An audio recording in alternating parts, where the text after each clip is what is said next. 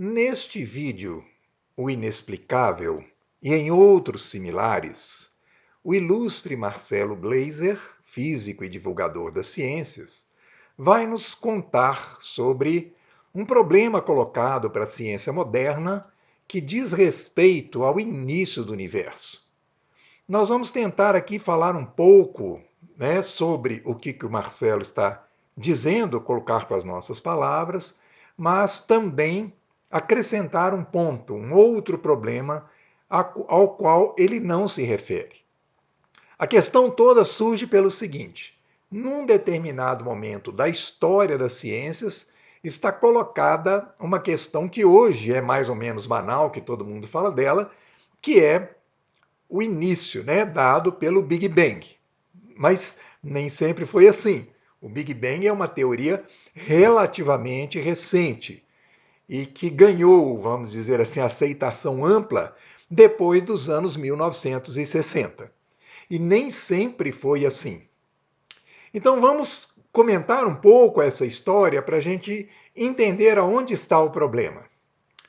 Então, quando a gente está falando do início do universo, vamos retroceder e pensar uma hipótese anterior, quando o universo não era pensado como alguma coisa que teve início. Aí nós estamos falando do pensamento científico, porque no pensamento religioso, sempre se falou de um início, de algum momento, pelo menos na tradição judaico-cristã, sempre se falou do momento em que Deus criou as coisas, mas nós estamos falando da ciência. Então, até o final do século XIX, início do século XX, havia essa ideia de que o universo não teve início. Os átomos são infinitamente numerosos e indestrutíveis. Então era uma ideia, inclusive que vem, ela começa quando o Newton vai propor a gravitação universal. Então, se a gente pensar que as estrelas se atraem e a gente pensar num conjunto de estrelas, umas atraindo as outras, necessariamente elas vão se puxar e vão cair, elas vão trombar umas com as outras.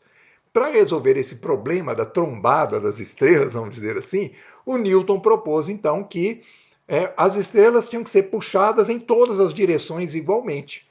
Vamos pensar no Sol. Para o Sol ser puxado em todas as direções igualmente, nós temos que ter infinitas estrelas em todas as direções, porque senão em umas das direções essa atração do Sol vai prevalecer, e aí o Sol vai trombar com alguma estrela. Isso numa época em que não se pensava sobre galáxias, tá bem? Estou falando lá do Newton. Mas essa ideia ela prevaleceu até mais ou menos o século XX. E igualmente, nessa mesma época do Newton, começou a ganhar força a ideia dos átomos. E os átomos eram pensados até então, desde o início da concepção dos átomos. Bom, o início é bem anterior, mas quando essa ideia dos átomos começou a ganhar força na ciência, os átomos são pensados também como infinitos e indestrutíveis. Então, o equilíbrio das estrelas, o equilíbrio do universo, dependia do universo ser infinito, do número de estrelas ser infinito. Portanto, o número de átomos também era infinito. Tá? Vamos falar do Einstein, já no século XX. Ele também acreditou lá no início da teoria do Einstein, depois que ele acabou a teoria da relatividade, em 1915, que o universo seria infinito, porque senão ele ia colapsar por causa devido à gravidade. Então, o Einstein mudou a concepção de gravidade, ele criou a ideia do campo gravitacional, mas ele não mudou a cosmologia no sentido de pensar um universo infinito e um universo estável.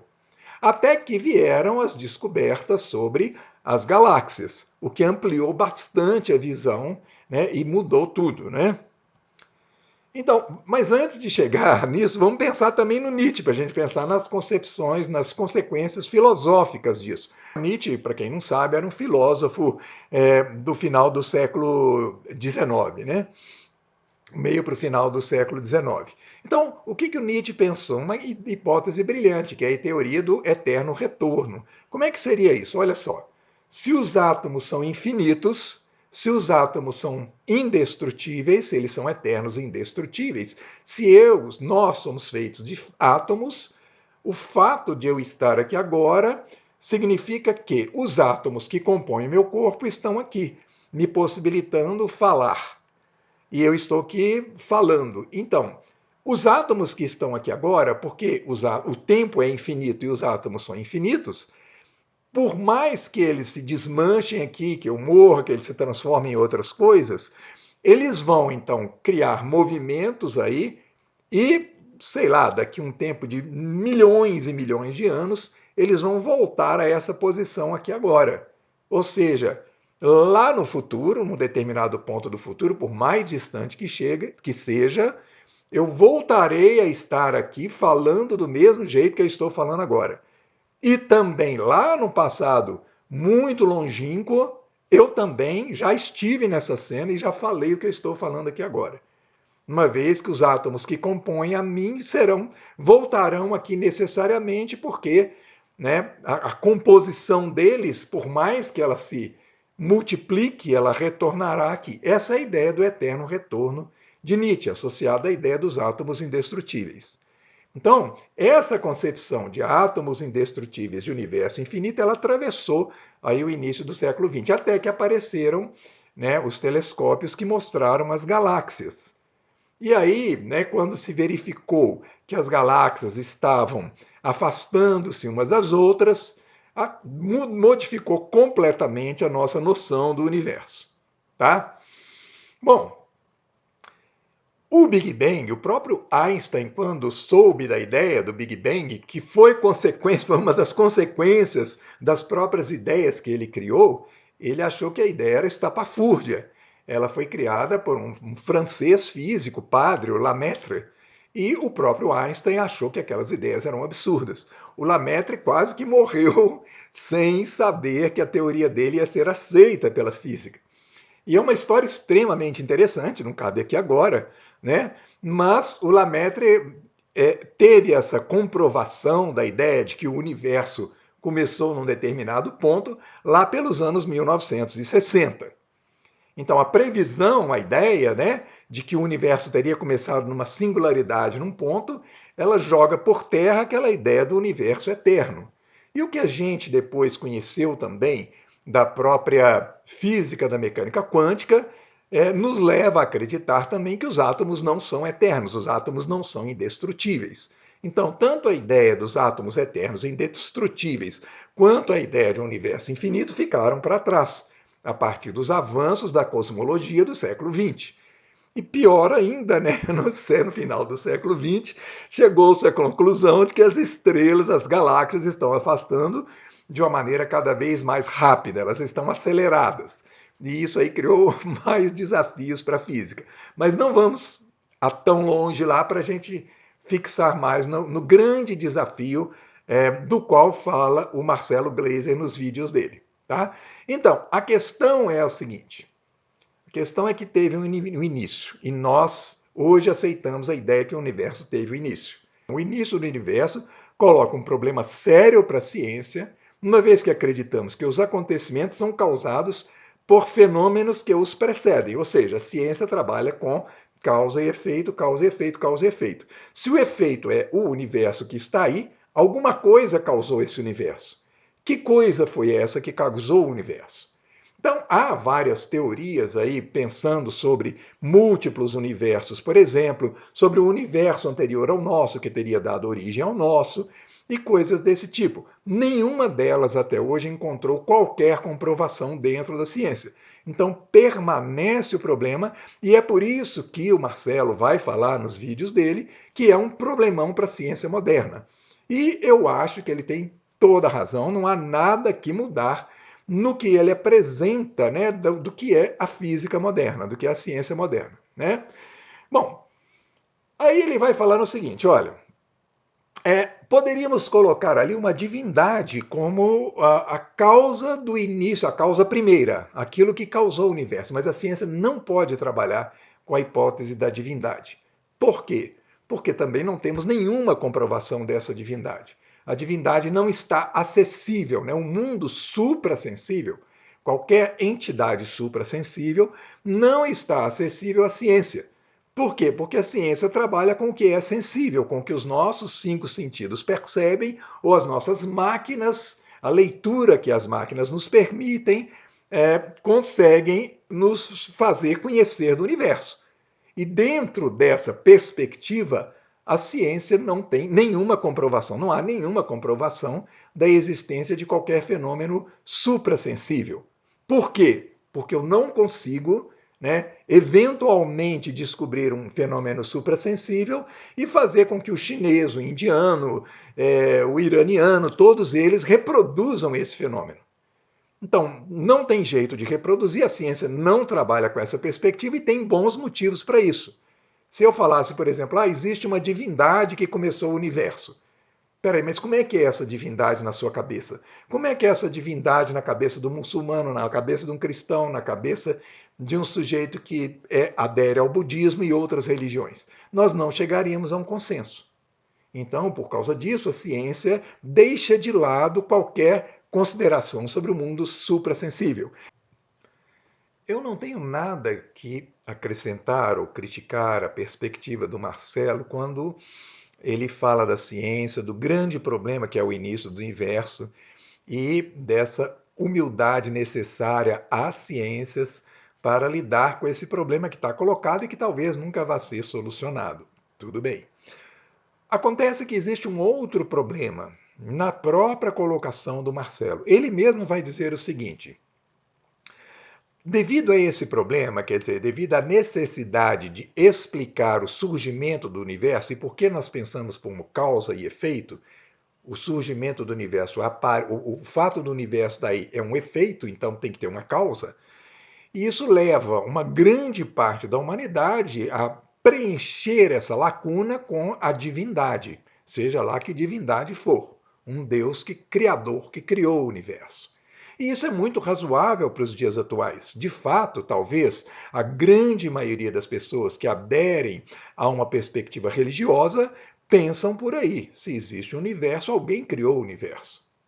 Ok, mas isso não se aplica às culturas que não eram científicas e que não são científicas hoje, como, por exemplo, as culturas indígenas brasileiras, na África, na Austrália, onde elas estiverem, na América do Norte. Por quê? Porque, vejam bem, pensar em causa e efeito é um pensamento que a ciência trouxe para nós. Não é um pensamento antes da ciência, antes da perspectiva científica. A questão não era causa e efeito. E isso é problemático por quê? Porque se eu penso que todas as mitologias que foram criadas, não há nenhuma tribo no planeta que não criou suas mitologias, todas elas foram criadas porque não tinham pensamento científico, então existe um grande problema aí.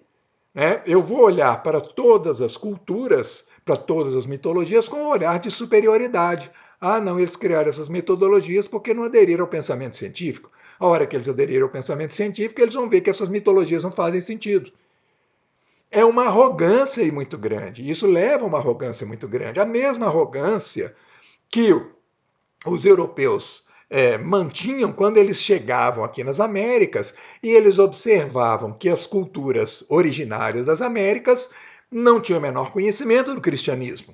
Então, eles justificavam a exploração deles porque essas culturas podiam ser perfeitamente escravizadas porque estavam levando a vantagem de, ao serem escravizadas, terem então contato com o cristianismo, a perspectiva cristã.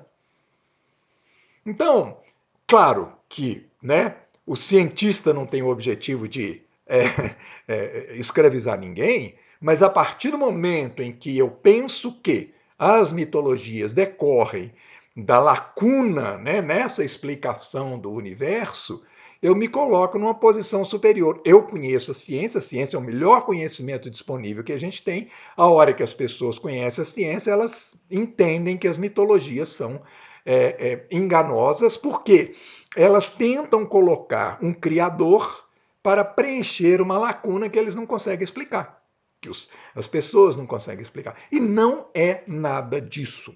Se nós pegamos uma cultura pré-científica, seja onde for, as culturas que criaram as mitologias, não tem nada a ver com essa questão de causa e efeito. Porque esse pensamento de causa e efeito é exatamente o pensamento científico. Para todo efeito tem que ter uma causa, então eu vou buscar essa causa. Não é nada disso. Né? O que as culturas têm, e aí eu vou arriscar aqui uma hipótese, né, antropológica, vamos dizer assim, e realmente eu sei que isso, né, que eu estou falando pode ser contestado, mas, né, o que sempre se passou antes da ciência é que as percepções que as pessoas tinham do universo eram muito diferentes das que a gente tem. O jeito que as pessoas viam e o que elas viam no universo e como elas viam o universo era muito diferente. Então, as mitologias não têm nada a ver com a necessidade de explicar uma coisa ou outra.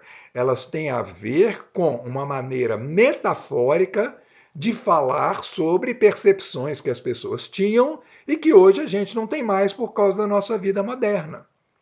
Nós não somos mais capazes de perceber o universo como um egípcio percebia, como um grego percebia, como as nações, as primeiras nações, as pessoas das primeiras nações brasileiras percebiam. E nós temos material para verificar isso, porque se nós formos atrás de como é que os xamãs, por exemplo, das Américas, do Brasil, como eles falam do mundo, não tem nada a ver com a necessidade de explicar a origem do mundo, não é isso. O que eles estão falando é como eles percebem o mundo, o que eles veem no mundo, os seres que eles veem no universo, que nós não enxergamos, que nós não vemos. Então, eu acho, na minha perspectiva, que se a gente quer realmente respeitar essas culturas, né, que não são científicas, que não aderiram à perspectiva científica, a gente tem que compreender que eles veem, que eles percebem o universo de uma maneira que nós não mais percebemos. Nós perdemos essa percepção. E eles mantêm essa percepção. Se a gente pensa assim, é muito diferente, quer dizer, a minha cultura científica não é superior à outra, porque o outro, quando descobrir a ciência, vai parar de enxergar o mundo como ele enxerga. A minha cultura científica é uma maneira de enxergar o mundo e o outro tem outra maneira de enxergar o mundo que pode, né, estar tão correto ou mais correto do que eu hoje. Né? Então, seria uma ideia completamente diferente e que eu acho uma abordagem completamente diferente e que eu acho que não diminui o valor das mitologias e nos coloca diante de um outro desafio que seria estudar as mitologias ou o que os xamãs têm a dizer, por exemplo, tentando compreender as perspectivas deles. Isso é muito diferente de eu pensar que, né, o pensamento científico, que é o pensamento mais poderoso que a humanidade já criou, e realmente, como a ciência e a tecnologia modernas demonstram, né, o poder, a potência desse tipo de pensamento, não é? Mas esse não é a única maneira de perceber o universo. E em algumas coisas a gente pode até ter enganado. Por exemplo, quando a gente pensa nas consequências das armas criadas pela ciência e tecnologia modernas, por exemplo, a gente pode pensar que tem alguma coisa, alguma percepção de universo aí que é extremamente problemática e doentia. Está associada exatamente à maneira moderna de pensar o mundo, porque, né, a bomba atômica é, por exemplo, né, para falar das bombas, é uma consequência direta do desenvolvimento da mecânica quântica. Então, não é uma coisa tão simples, talvez, né? Aparentemente simples, como está proposto, pelo menos na minha maneira de entender, na perspectiva do Marcelo Gleiser. Acho que a gente tem que pensar sobre isso de uma maneira mais aprofundada.